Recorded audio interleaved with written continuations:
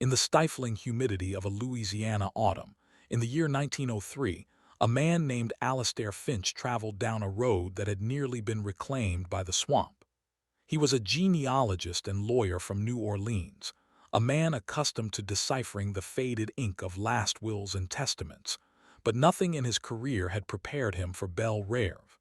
The plantation house was not just abandoned, it was a corpse. Rotted cypress pillars sagged under the weight of a dying roof, and windows stared out like vacant eyes. His task was simple on paper: execute the will of Miss Eliza Dubois, the last of her line, who had died a recluse within these decaying walls. The air inside was thick with the scent of mildew and forgotten time. In the grand parlor, beneath a shroud of cobwebs, Alastair found what he was looking for. Three large portraits, their canvases cracked and dark, hung on the wall. The Dubois sisters. Eliza, the eldest, stared back with an unnerving, calculating intelligence. Clara, the middle child, seemed to float in a haze of artistic melancholy, and Annalise, the youngest, had a fire in her eyes, a defiant spark that even years of decay couldn't extinguish.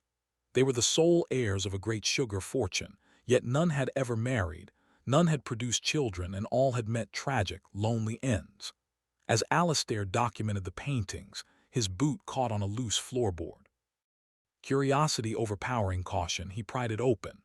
Beneath it, nestled in a small, lead-lined box, lay the source of the family's curse. It wasn't jewelry or gold. It was three daguerreotypes, the silver plates tarnished with age. They were portraits of three enslaved men, and as Alastair held them up to the weak light filtering through the grime-caked windows, an icy dread crawled up his spine. The man in the first photograph had the same sharp, intelligent eyes as Eliza. The second man's gentle, sloping brow and sensitive mouth were an exact echo of Clara's, and the third man's defiant jaw and untamed energy were undeniably, terrifyingly present in the portrait of Annalise. It wasn't just a resemblance, it was a confession, written in faces, a secret that had been silently screaming from beneath the floorboards for over 60 years. Who were these men? And how did their faces come to be living, breathing secrets in the paintings of three white heiresses? Alastair Finch was a man of records and facts, but he was about to discover that the darkest truths are never written in public ledgers. They are written in blood.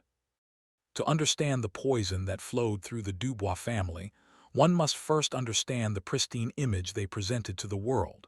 In the 1840s, Belle Reve was a jewel of Louisiana's River Road, a sprawling kingdom of sugarcane that generated obscene wealth for its master, Laurent Dubois.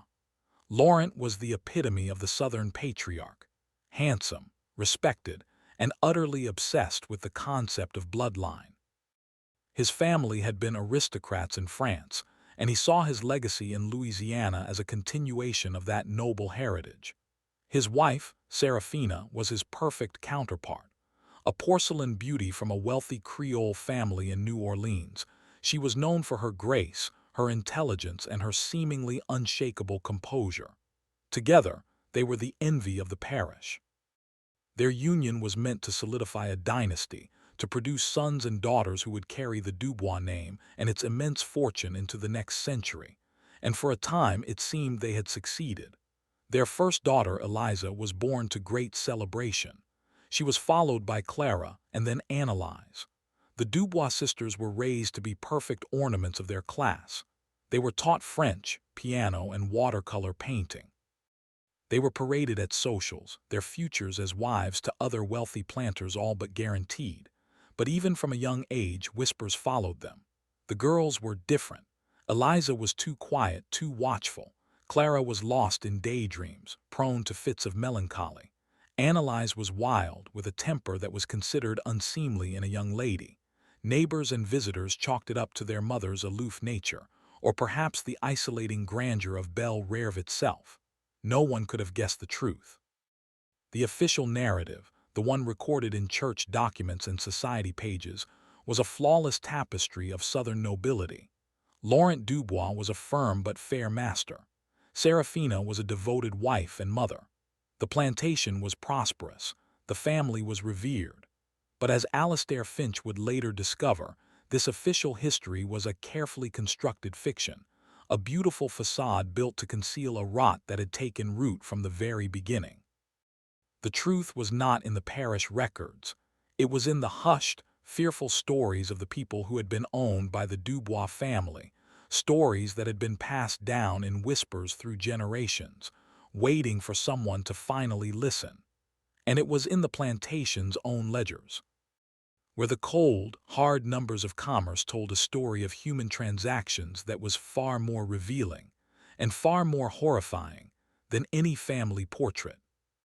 Alastair Finch, sitting in the dusty quiet of the Thibodaux courthouse, felt the first chill of a truth far colder than the marble floors beneath him. He had laid out two sets of documents side by side. On the left were the official parish birth records for the Dubois daughters: Eliza, born in 1842, Clara, born in 1845, Annalise, born in 1848. Each certificate was immaculate, signed by the parish doctor, and most importantly by the proud father, Laurent Dubois. On the right he had the belle rare of plantation ledgers for those same years. They were brutal in their simplicity, reducing human lives to assets and expenditures. And as he cross-referenced the dates, a pattern began to emerge, a synchronized three-part nightmare. In October of 1841, roughly 9 months before Eliza's birth, the ledger recorded the purchase of a prime buck, Samuel, for the extraordinary price of $2,000. He was noted for his quick mind and strong constitution. Then, in August of 1842, just 1 month after Eliza was born, a chilling entry appeared. Asset Samuel loss, attempted escape, terminated. The pattern repeated itself with sickening precision. In the spring of 1844, 9 months before Clara was born, the ledger showed the purchase of Marcus, skilled musician and artist, for an equally exorbitant sum. In December of 1845, 2 months after Clara's birth, the entry read, Asset Marcus loss, fell into sugar kettle, accidental. Finally, in 1847, 9 months before the birth of Annalise, came the purchase of Joseph, defiant and powerful, a man whose price was high due to his physical strength, despite a warning from the seller about his rebellious nature. His end was recorded in the summer of 1848. Asset Joseph loss, crushed by faulty equipment. Accidental, 3 daughters, 3 high-value male slaves, each purchased just before a conception and each meeting a violent, meticulously documented end shortly after a birth. It was a timeline of death that perfectly mirrored a timeline of life. Coincidence was a possibility, but Alastair was a man who dealt in patterns, and this was too perfect, too symmetrical to be mere chance. This was a design. He could feel it in his bones. The ledgers were not just financial records. They were a blueprint for a conspiracy. He was staring at the scaffolding of an impossible secret, one that had been built with money, flesh, and blood. And he knew, with a certainty that terrified him, that the architect of this monstrous design could only have been one person, the quiet, graceful, and unshakable matriarch of Belle Reve. To truly comprehend the darkness that festered at Belle Reve, you have to imagine the world in which it existed. Louisiana in the 1840s was not merely a place. It was a system. It was a fever dream of white columns and sprawling oaks, built upon a foundation of human suffering so absolute that it was codified into law and sanctified from the pulpit. The air itself felt different, heavy with the sweet, cloying scent of jasmine and the metallic tang of fear. Wealth was measured in 2 things: land and the people you owned to work it. A man's honor was tied to the purity of his name, the untainted nature of his European bloodline. In this world, a secret like the one taking shape in Alastair's mind was not just a scandal, it was an existential threat. It was a heresy that could bring down not just a family, but the very ideology that held their society together. The power held by a man like Laurent Dubois was nearly absolute. His word was law on his own land, but the power of his wife, Seraphina, was of a different kind. It was subtle, invisible, and wielded within the suffocating confines of the domestic sphere. It was the power of secrets, of whispers, of things known but never spoken. Before we delve deeper into the twisted heart of Seraphina's plan, I want to hear from you. This is a story that seeps out of a specific time and place, but its themes are universal. Let us know in the comments what city, state, or even country you're watching from right now. It's a powerful reminder that history's darkest corners can cast shadows that reach us all, no matter where we are. Because the stage for this tragedy was not just the plantation itself. It was the entire social order, an intricate web of honor, shame, and racial hypocrisy so tightly wound that once a single thread was pulled, the entire thing risked coming undone. Seraphina Dubois wasn't just living in this system, she was studying it. She understood its rules, its pressures, and its deepest vulnerabilities. And as she would soon reveal, she had found a way to turn the system's own cruel machinery against it, using its tools of ownership and blood purity to craft a rebellion so profound and so horrifying it would consume everyone it touched. The breakthrough came from a place Alastair never expected. While clearing out the last of Eliza Dubois' personal effects from the plantation house, he found a small library of leather-bound books. Most were French poetry, but one felt different. It was a copy of Dante's Inferno, and when he picked it up, he realized it was too light. The center had been hollowed out, creating a secret compartment. And inside, wrapped in oilcloth, was a small, leather-bound journal. The pages were filled with elegant feminine script, flowing between French and English. It was the private journal of Seraphina Dubois. The early entries, written in the first years of her marriage, were not the diary of a happy bride. They were a raw, searing testament to a private hell. "He has given me a palace of alabaster," she wrote in 1840, "but it is a tomb. The air is beautiful, but I cannot breathe it." He speaks of legacy, of a dynasty, of the Dubois name echoing through the ages. He does not see me. He sees only a vessel, a womb to carry the future he has designed. The pages were filled with a suffocating loneliness and a growing contempt for her husband, Laurent. She described his obsession with his own reflection, his endless lectures on the purity of their blood, and his cold, performative affection that was only ever present when others were watching. She saw him not as a husband, but as a warden. She was his most prized possession, and her sole purpose was to produce another. But entry after entry chronicled the same monthly failure, the same private shame of a barren marriage. Laurent's frustration grew into a quiet, simmering rage, a constant disappointment that he directed entirely at her. The doctors who were summoned, discreetly and at great expense, found nothing wrong with her. The fault, they politely implied, must lie with God's will, or perhaps with him. It was a possibility so unthinkable in their patriarchal world that it was never spoken aloud. But Seraphina knew. And one night, in an entry dated a year after their wedding, the tone of the journal shifts from despair to something else, something terrifyingly cold and clear. "He shared the truth at last," she wrote. "A confession, delivered not with sorrow but with rage, as if it were a sickness I had given him. He cannot father a child. An old riding accident. A secret he has guarded his entire life. He told me that if God would not grant him an heir, then he would find another way. He believes he can buy a miracle." The final line of the entry was a declaration of war. "He thinks he is the master of this world. He does not understand. The master is the one who controls the future, and I have decided the future is mine." The entry was dated June 12, 1841. The elegant script in Seraphina's journal tight, the loops and swirls becoming sharp, angry slashes of ink. "He confessed the truth tonight," she wrote. "Not in a moment of intimacy, but in a fit of whiskey-fueled rage, a riding accident in his youth, a fool's mistake on a hunting trip. He told me the doctors had warned him then, but his pride would not allow him to believe it. For years he has blamed me. He has made me bear the shame of his own brokenness. He called our marriage a curse, a barren field that mocks his name." Laurent's secret was not just a source of private shame.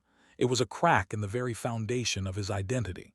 He was a patriarch with no possible patriarchy, a king with no heir. This knowledge recontextualized everything for Seraphina. His obsession with purity was a defense against his own inadequacy, his cruelty a bitter byproduct of his impotence. He was not the confident, all-powerful master he pretended to be. He was a fraud, terrified of being exposed. And in that moment of his weakness, as he raged and wept, Seraphina felt no pity. She felt the ice-cold clarity of opportunity. He had locked her in a gilded cage and demanded she produce a key that he himself had broken. But now he had inadvertently handed her another one. The final words of the entry were not those of a victim, but of a strategist who had just seen the entire board. He believes his secret is his greatest weakness. He is wrong. It is his greatest vulnerability, and it is the source of my new power. He has given me the key to his prison, and I intend to use it not to escape, but to become its warden. After that night, the tone of the journal transformed. The entries filled with sorrow and longing vanished, replaced by lists, plans, and cold, meticulous calculations. Seraphina had moved past emotion and into the realm of architecture, the architecture of a new bloodline. If the Dubois name was to survive, she would be its sole creator. She would build a dynasty in her own image, a secret matriarchy hidden behind the crumbling facade of Lawrence patriarchy. And she would use the most monstrous tool of their society to do it, the slave market. Her logic was as brilliant as it was perverse, the system that defined Piop. As property that allowed a master to do anything he wished with the bodies of the enslaved would become her instrument of creation. She could not take a lover from her own class, that would lead to ruin and exposure. But an enslaved man. He had no name, no rights, no voice. He was, in the eyes of the law and society, invisible. He could be bought, used, and then discarded. For weeks, she studied Laurent not as a wife but as an adversary. She learned the rhythms of his denial, the depths of his desperate hope. She began to subtly plant the seeds of a miracle, speaking of prayers answered and strange dreams. She would not just cuckold her husband. She would make him a willing and grateful participant in his own deception. She was no longer a prisoner in a gilded cage.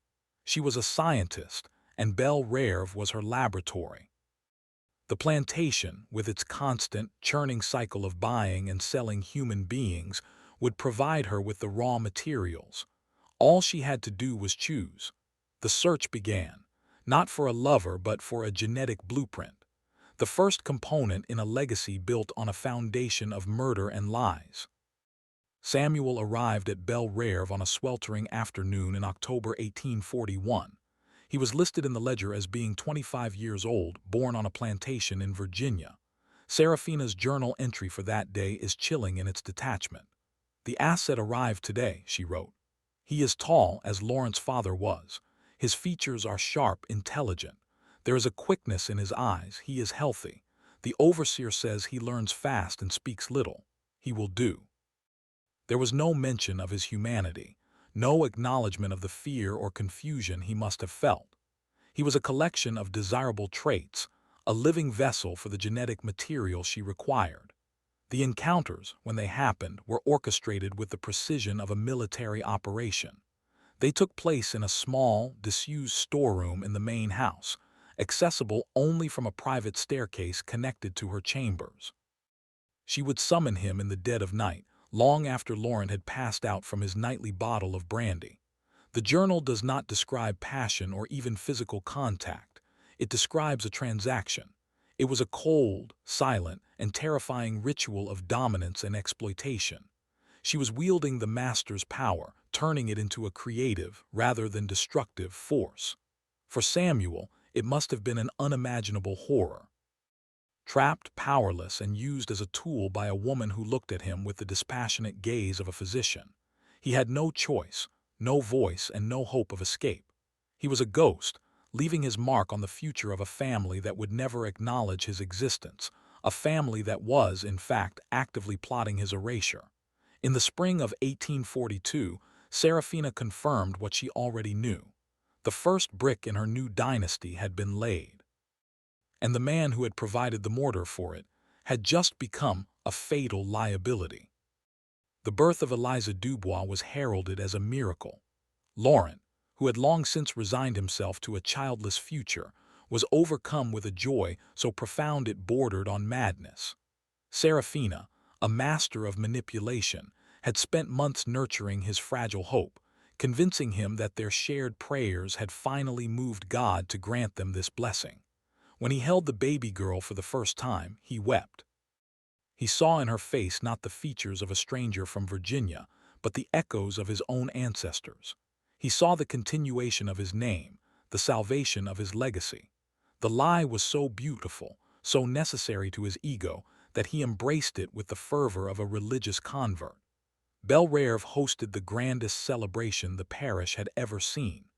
Planters and their wives came from miles around to congratulate Laurent, to marvel at the Dubois miracle.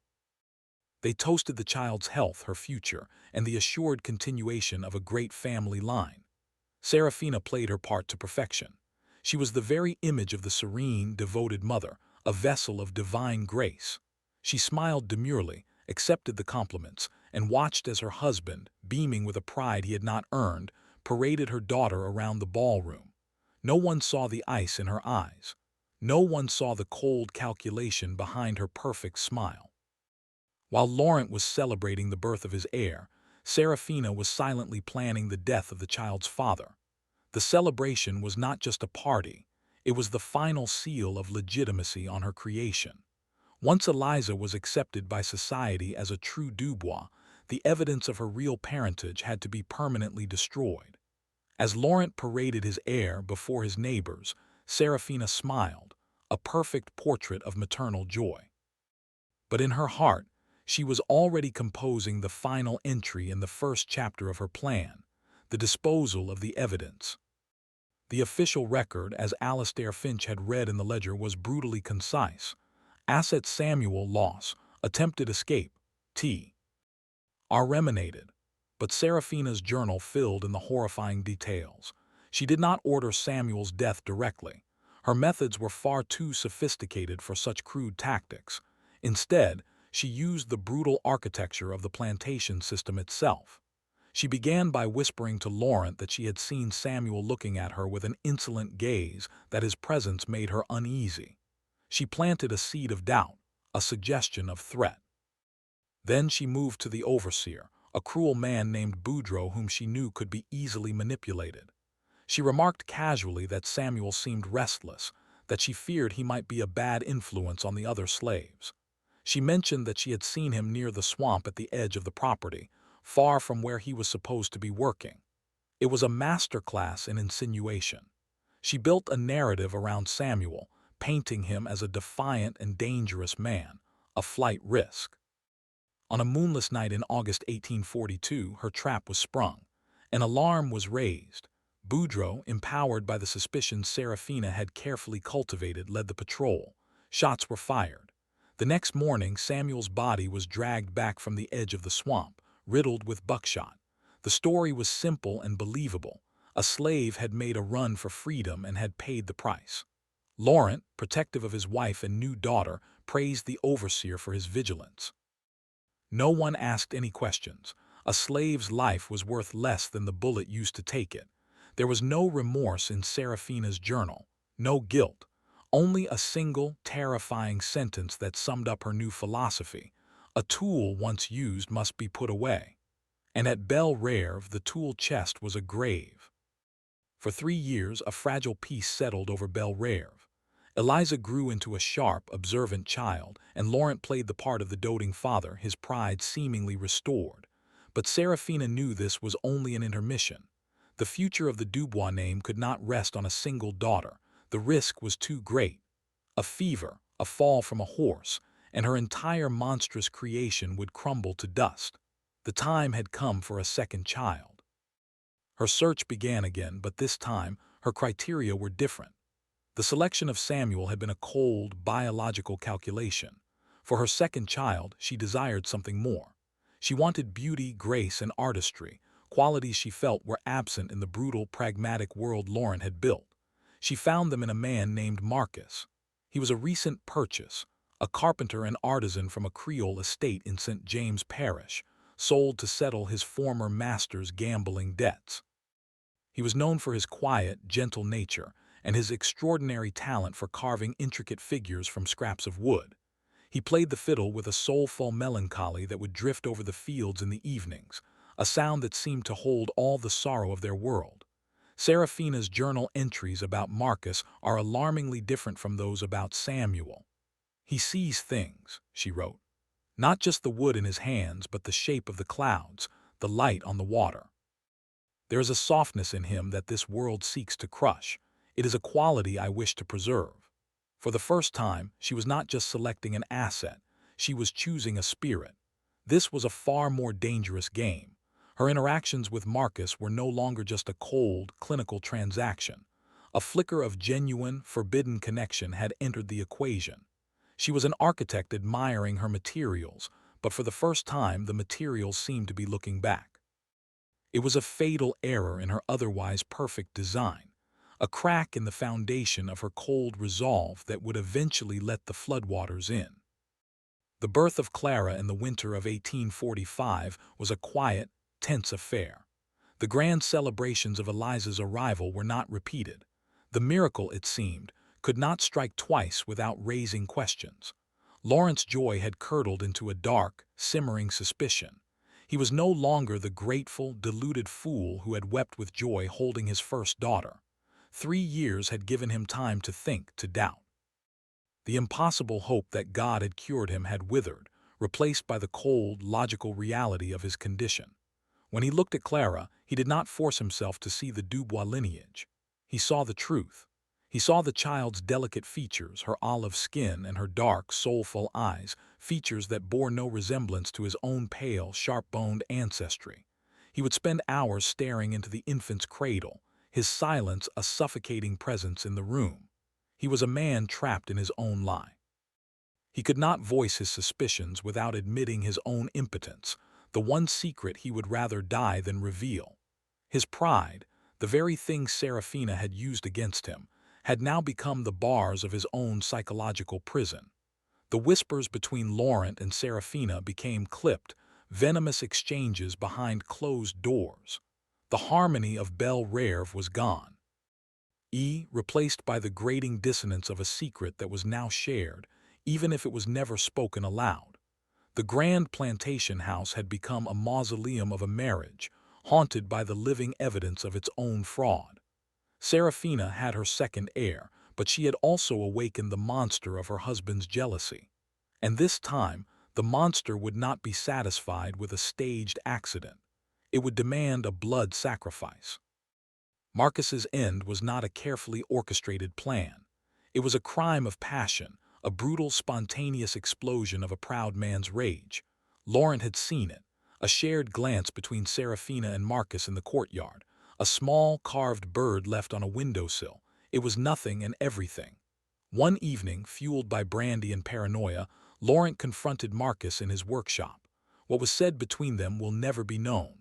What followed was an act of primal fury. The overseer and other slaves were drawn by the sounds, not of a fight but of a beating. Laurent, his face contorted with a madness no one had ever seen, was bludgeoning Marcus with a heavy piece of cypress, screaming about honor, respect, and betrayal. By the time anyone dared to intervene, it was over. The official story, recorded in the ledger, was that Marcus had tragically fallen into a vat of boiling sugar cane juice during the night shift, a horrific but plausible accident in the dangerous environment of the sugar mill. But everyone at Belle Rêve knew the truth. They had seen the blood on the workshop floor. They had heard the master's unhinged screams. And they had seen the cold, emotionless expression on Seraphina's face as she watched from the veranda, a silent observer at the execution she had provoked. Her journal entry that night was the shortest she had ever written, a chilling epitaph to the man whose spirit she had claimed to admire. "The master's pride was satisfied," she wrote. "The asset has been liquidated."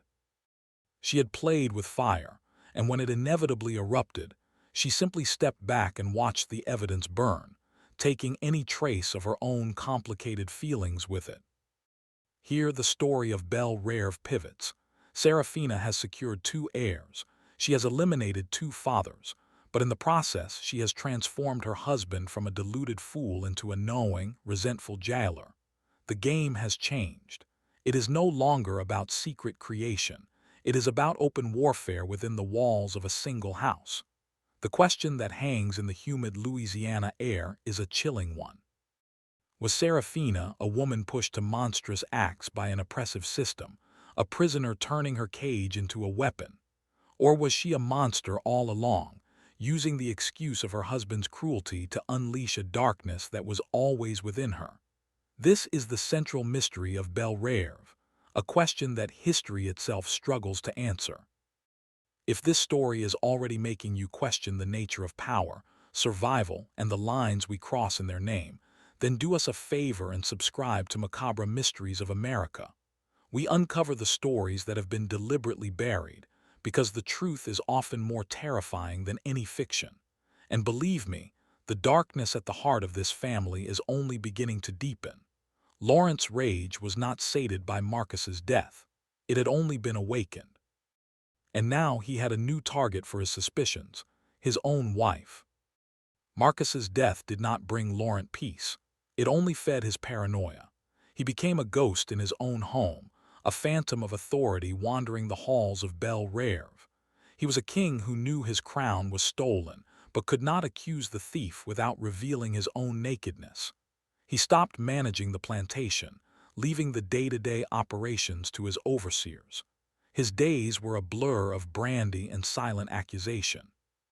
He would watch Seraphina from across the dining table, his eyes filled with a mixture of hatred and pathetic dependence. He would follow his two daughters, Eliza and Clara, as they played in the gardens, studying their faces, searching for a trace of himself that he knew he would never find. This shared, unspoken knowledge was a poison that rotted their marriage from the inside out. There were no more arguments, no more violent outbursts. There was only a heavy, suffocating silence, thicker than the summer humidity. Laurent began to waste away. The parish doctor diagnosed him with consumption, a common ailment of the time. But Seraphina knew the truth. It was not a disease of the lungs that was killing him. It was a disease of the soul. The lie was eating him alive. He was a man being consumed by the weight of a legacy he could not produce and a truth he could not speak. Seraphina watched his decline with the same detached observation she had applied to her selection of livestock.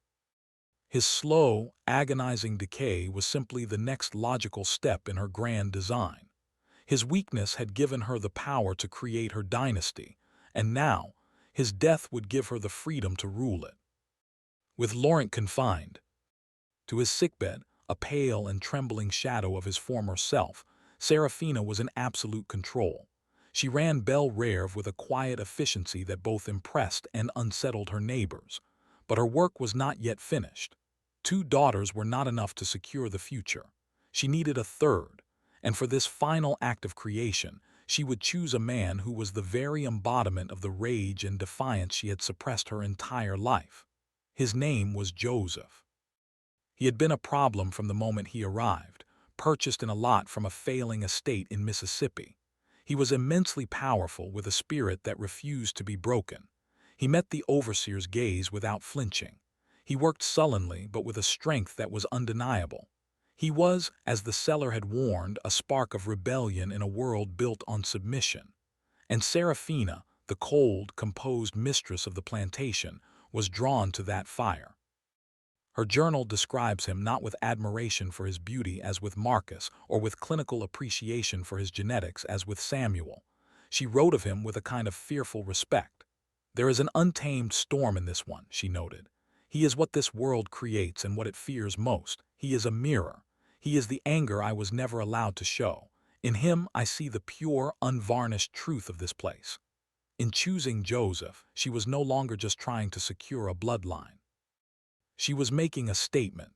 This final child would not be a product of calculation or aesthetics. She would be a product of pure, unadulterated rebellion. The conception of Analyze was Seraphina's ultimate act of defiance. It was not carried out in secret in the dead of night like the others. It was an act of psychological warfare. While her husband lay helpless in their grand bedroom, wasting away, his breath coming in shallow, rattling gasps, Seraphina would summon Joseph. The encounters took place in the room directly next to Lawrence, separated only by a thin wall. He would have heard the muffled sounds, the creak of floorboards, the whispered commands. She was not just creating a child. She was forcing her husband to bear witness to his own replacement. She was making him listen to the construction of a future in which he had no part. It was an act of profound cruelty, the final, vicious turn of the knife in a man who was already dead. In her journal, she confessed the chilling purpose behind this final, terrible act. "He must know," she wrote.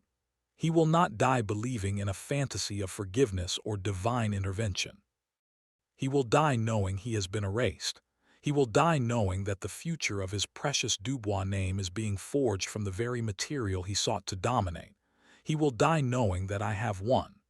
And in the spring of 1848, as the life was fading from Laurente's body, a new life was growing within hers.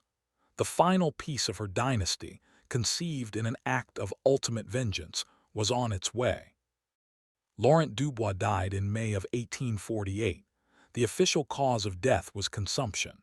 He was buried in the family plot behind the main house, his tombstone engraved with a flowery tribute to a beloved husband and father, a pillar of the community. It was the final lie in a life built of them. Seraphina's journal tells a different story. In the final weeks of his illness, she had taken over the administration of his medicine. "The doctor has left me with a supply of laudanum for his pain," she wrote. "He says to be generous with the dosage, to grant him peace in his final days. I will be generous. I will grant him the peace he has so long denied me."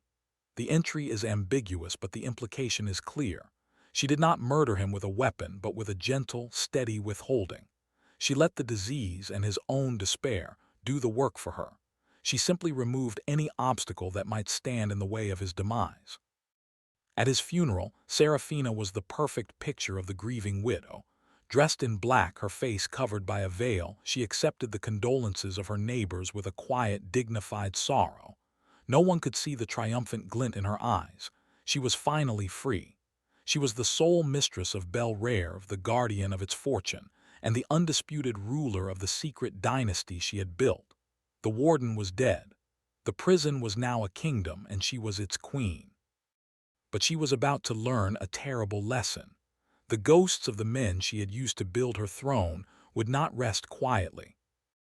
Joseph was not like Samuel or Marcus. He was not a pliant tool to be used and then discarded. The defiance that had drawn Seraphina to him now became her greatest threat. He had seen the child analyze from a distance. He saw his own fiery spirit in her eyes, his own strong features in her face.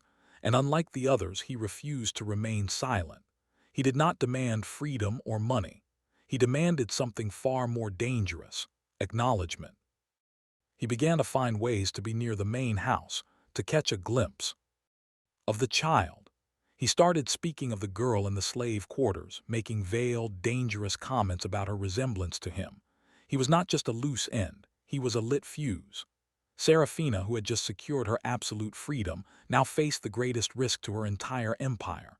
She could not allow him to talk. The solution, as always, was swift, brutal, and disguised as misfortune. The sugar mill at Bel-Reve was a place of constant, deafening noise and terrifying machinery. Accidents were common. One morning, Joseph was assigned to work near the massive gears that crushed the cane. A shout went up. A piece of equipment had malfunctioned.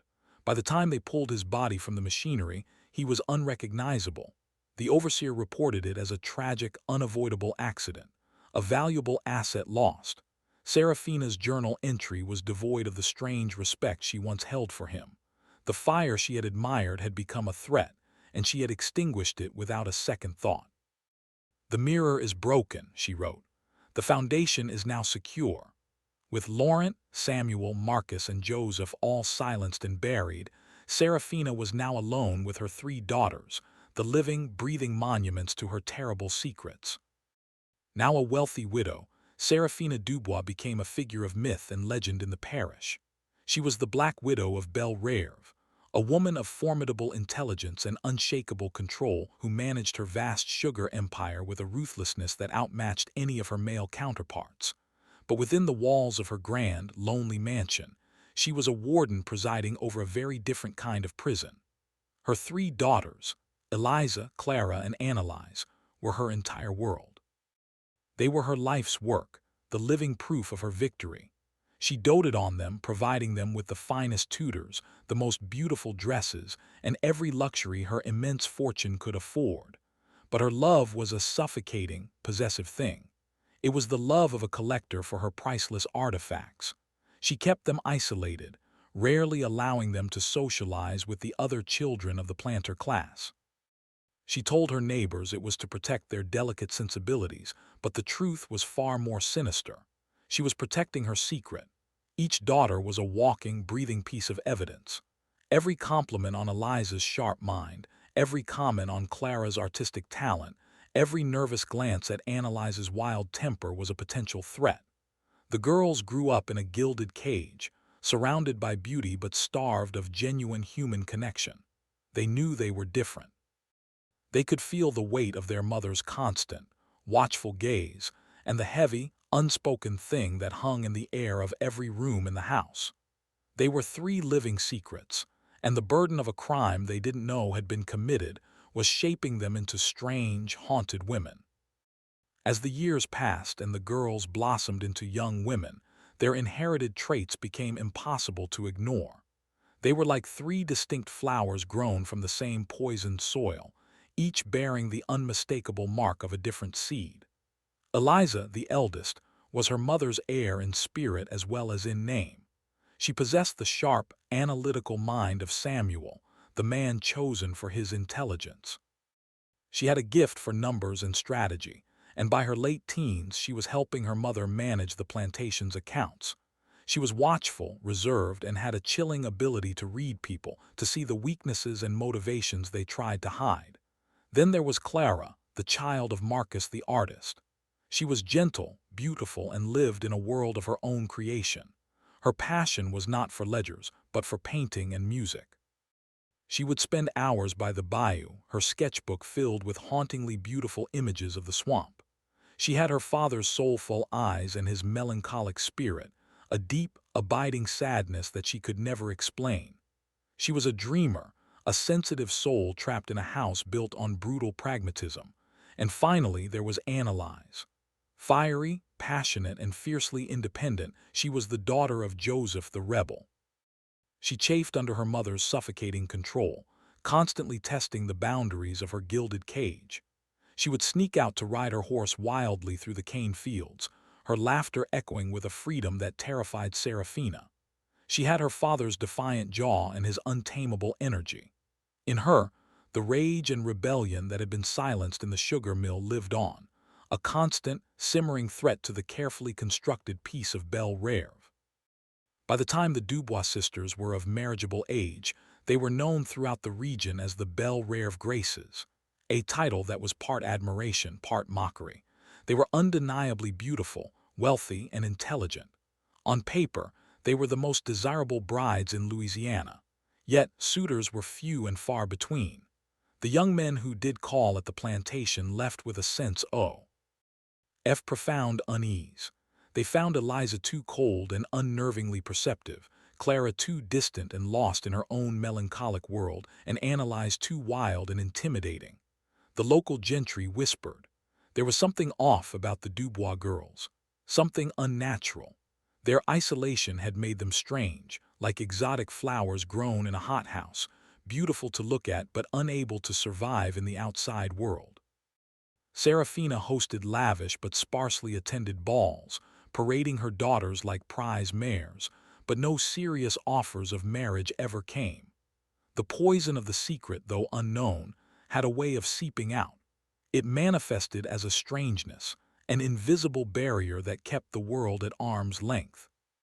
The very qualities Seraphina had so carefully selected from three different men had combined to create daughters who were too intelligent, too sensitive, and too rebellious to fit into the rigid molds of Southern womanhood.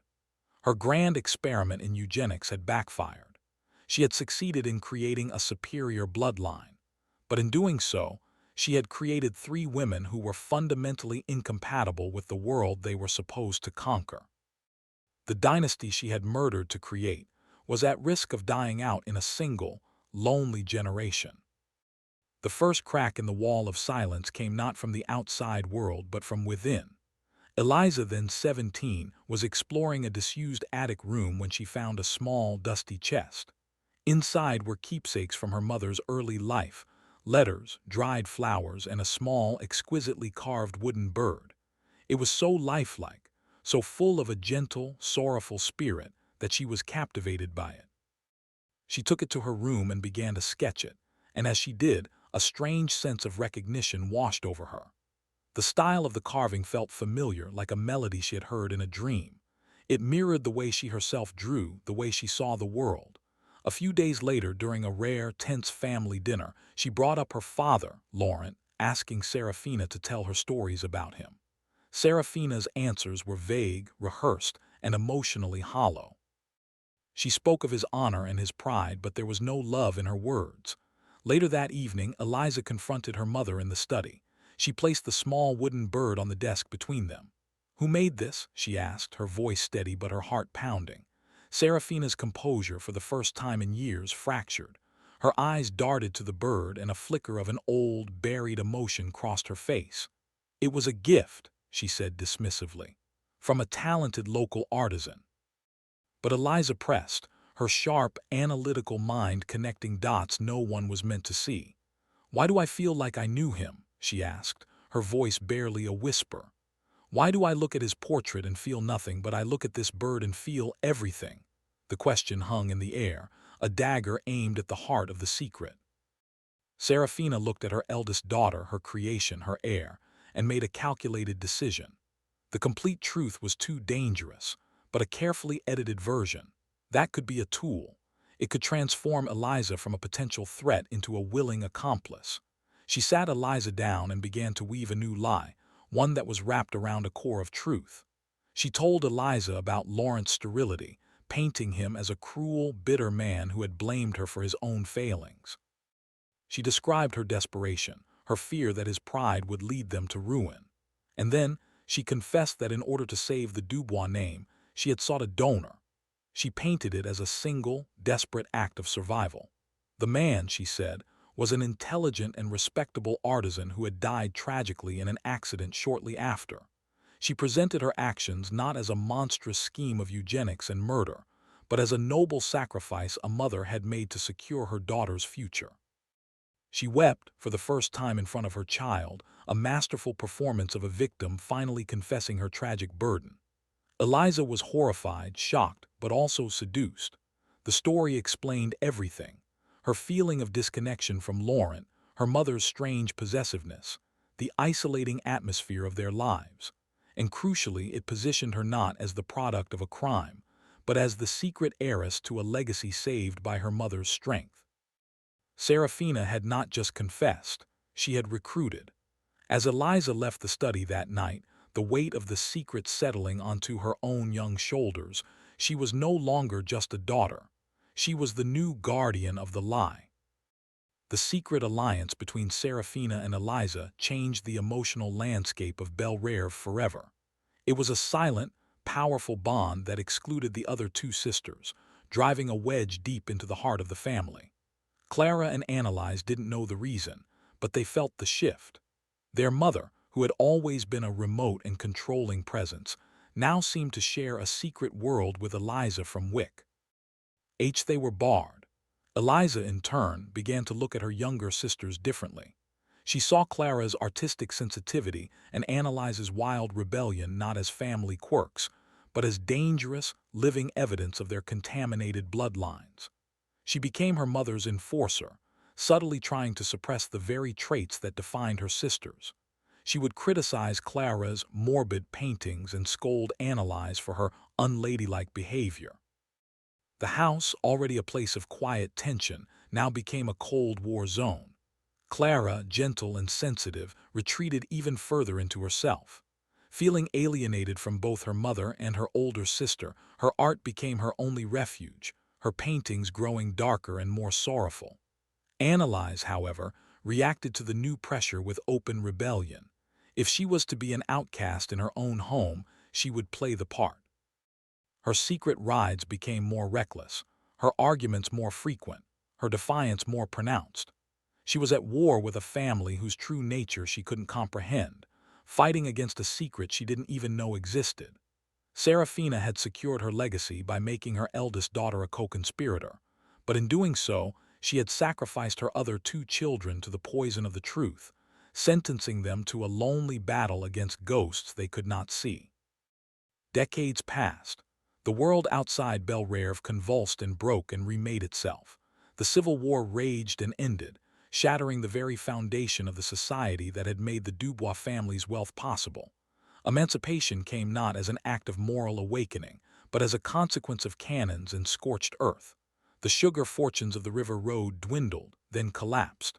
Belrave, once a shining jewel, began to tarnish. The paint peeled, the gardens grew wild, and the fields lay fallow. Inside, time had frozen. Seraphina Dubois aged into a brittle, terrifying matriarch, her body frail but her will as indomitable as ever. And with her, trapped in the decaying grandeur of the mansion, were her three daughters. They were spinsters, the Belrave Graces now withered into the Belrave Crones. Eliza, stern and silent, managed the slow, agonizing liquidation of their remaining assets. Clara, pale and wraith-like, drifted through the dusty rooms, her paintbrushes long since dried up, her music silenced. Annalise, her fiery rebellion curdled into a bitter, restless energy, paced the rotting verandas like a caged animal. They were three old women, haunted by a secret only one of them fully understood, their lives a long, slow punishment for a crime they had no part in. The house had become a tomb for the living, a place where the past was a constant, suffocating presence. And then in the winter of 1891, the architect of their ruin finally began to fail. Seraphina, now 80 years old, took to her bed, her body finally surrendering to the decay that had consumed her home. But her mind remained cruelly sharp, and she knew she had one final act to perform, one last piece of monstrous truth to deliver. From her deathbed, she summoned her three gray-haired daughters, the living monuments of her life's work, for a final, terrible confession. The air in Seraphina's bedroom was stale with the scent of sickness and regret. The three sisters stood by the massive four-poster bed, watching the woman who had been their god and their jailer shrink into the pillows. Her voice, when it came, was a dry, rasping whisper, but it held the chilling authority they had known their entire lives. There was no apology in her tone, no plea for forgiveness.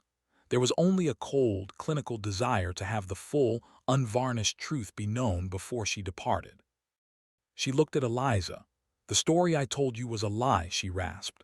"A necessary one to make you an ally. Your father was not an artisan I pitied. He was a resource I selected for his intelligence. His death was not an accident. It was the disposal of a tool that had served its purpose."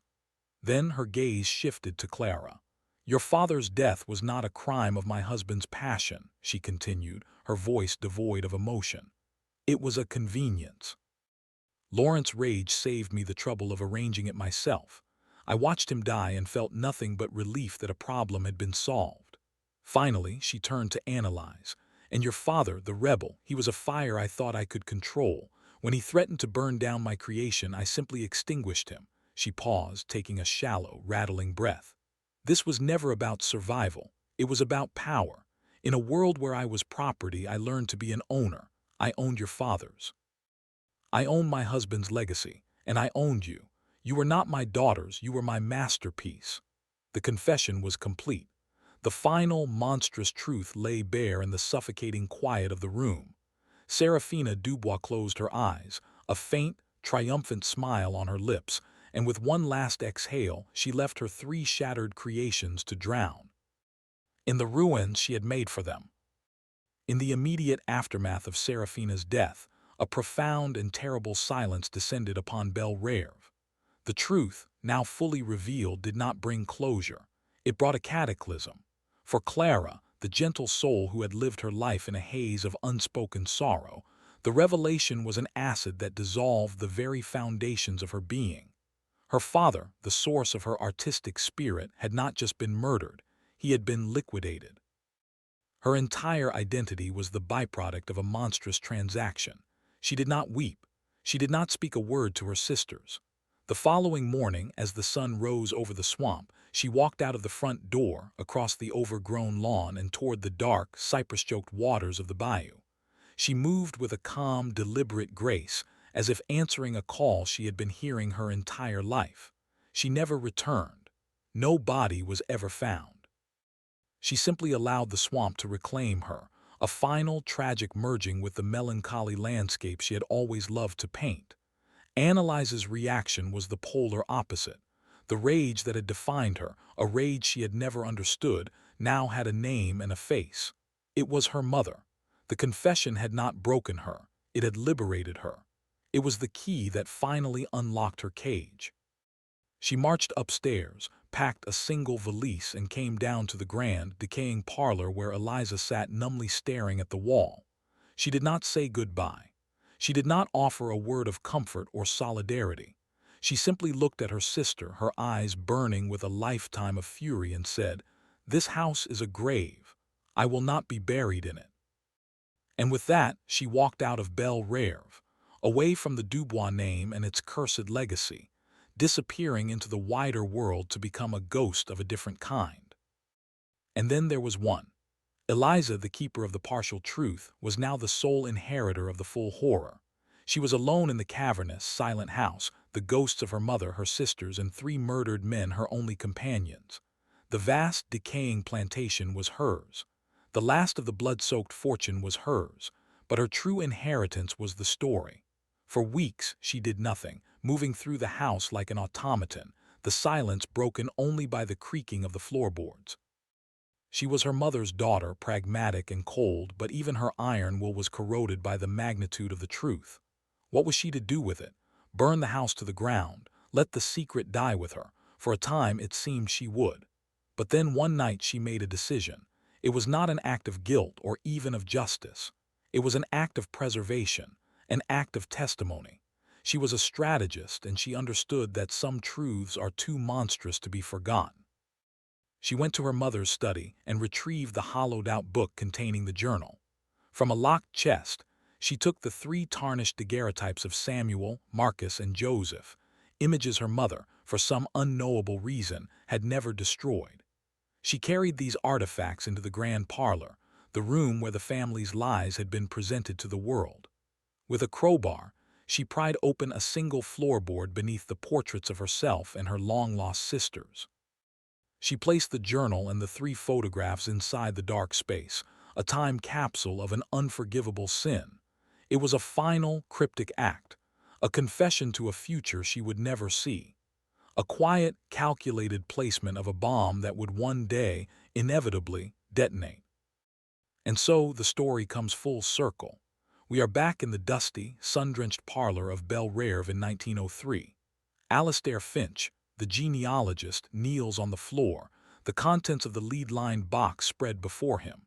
In one hand he holds the daguerreotype of Samuel, the intelligent man from Virginia. He glances up at the portrait of Eliza, her cold, calculating eyes staring back at him across the decades. In his other hand he holds the image of Marcus, the gentle artist, and sees his melancholy echoed in the painted face of Clara. And finally he looks at the photograph of Joseph, the untamable rebel, and feels the raw, defiant energy radiating from the portrait of Annalise. The journal lies open beside him, its elegant script a testament to a horror almost too vast to comprehend. He now understands everything. The timeline of purchases and deaths, the sterile marriage, the 3 lonely sisters, the slow decay of a great house. It was not a ghost story in the traditional sense. There were no phantoms rattling chains in the attic. The haunting of Belle Reve was far more real. It was the haunting of memory, of blood, and of a truth so monstrous it had consumed 4 generations, leaving nothing but dust and portraits behind.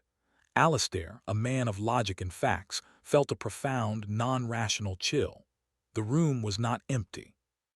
It was crowded with the ghosts of the Dubois family and the men Seraphina had sacrificed to create it. He had been sent to settle an estate, but he had unearthed a mass grave. Tucked into the final pages of Seraphina's journal was one last document, a single folded sheet of paper. The handwriting was different, shakier, yet still firm. It was a letter written by the elderly Eliza just before her death, addressed to no one and everyone, to whoever might one day find this cache of secrets. It was her final testimony. "I have lived with this knowledge for 50 years, she wrote. I have tried to understand my mother. I once believed her story that this was an act of survival, a desperate gambit to save our name. Then I believed it was an act of revenge against my father. But in the long silence of this house, I have come to believe a different truth, one far more terrible. Alastair leaned closer, the fading light making the words difficult to read. My mother did not despise the system of slavery, the letter continued. She perfected it.